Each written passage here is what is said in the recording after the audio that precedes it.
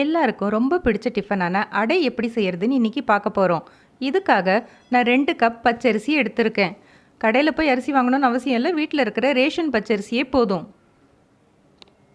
1/4 cup பாசிப்பருப்பு, 1/2 cup துவரம்பருப்பு, 1/2 cup கடலைப்பருப்பு, 1/4 கப் உளுந்து. காரத்துக்கு தகுந்த மாதிரி ஒரு 7-8 காஞ்ச மிளகாய் எடுத்துக்கோங்க. அரிசியை நல்லா கழுவிட்டு ஒரு 3 மணி நேரம் வரைக்கும் ஊற வச்சுக்கலாம். இதே போல் பருப்பையும் எல்லாத்தையும் ஒன்றா சேர்த்துட்டு மிளகாயோடு சேர்த்து 3 மணி நேரம் ஊற வச்சுடுங்க.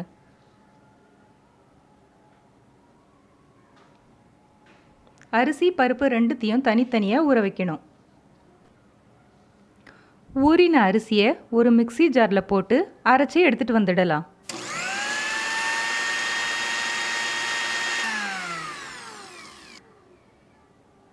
அரிசியை நல்ல நைஸான மாவாக அரைச்சிட்டோம். பருப்பில் மிளகாயில் இருக்கிற காம்பெல்லாம் எடுத்துட்டு போட்டு நல்ல கொரப்பாக அரைச்சிக்கலாம்.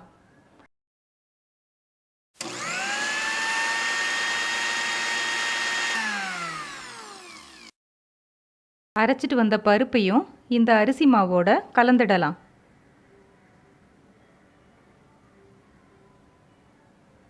இதோட 1/4 ஸ்பூன் பெருங்காயம், தேவையான அளவு உப்பு சேர்த்துட்டு மாவை நல்லா கலக்கிக்கோங்க.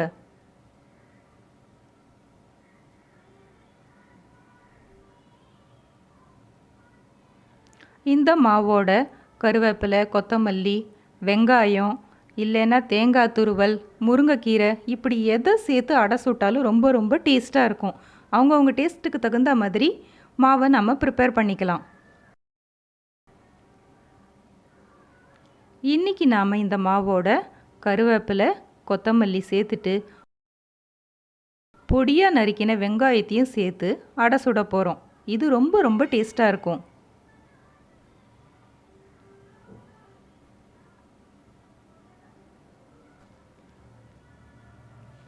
மாவை நல்லா கலக்கிக்கங்க.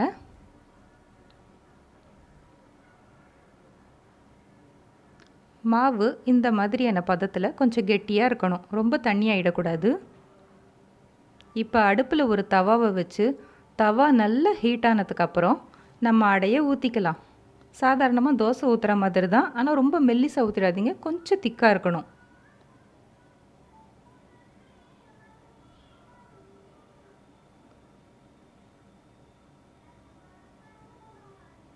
நடுவில் ஓட்டை போடுறதுனால அடை ரொம்பவே முறுமுறுப்பாக வரும்.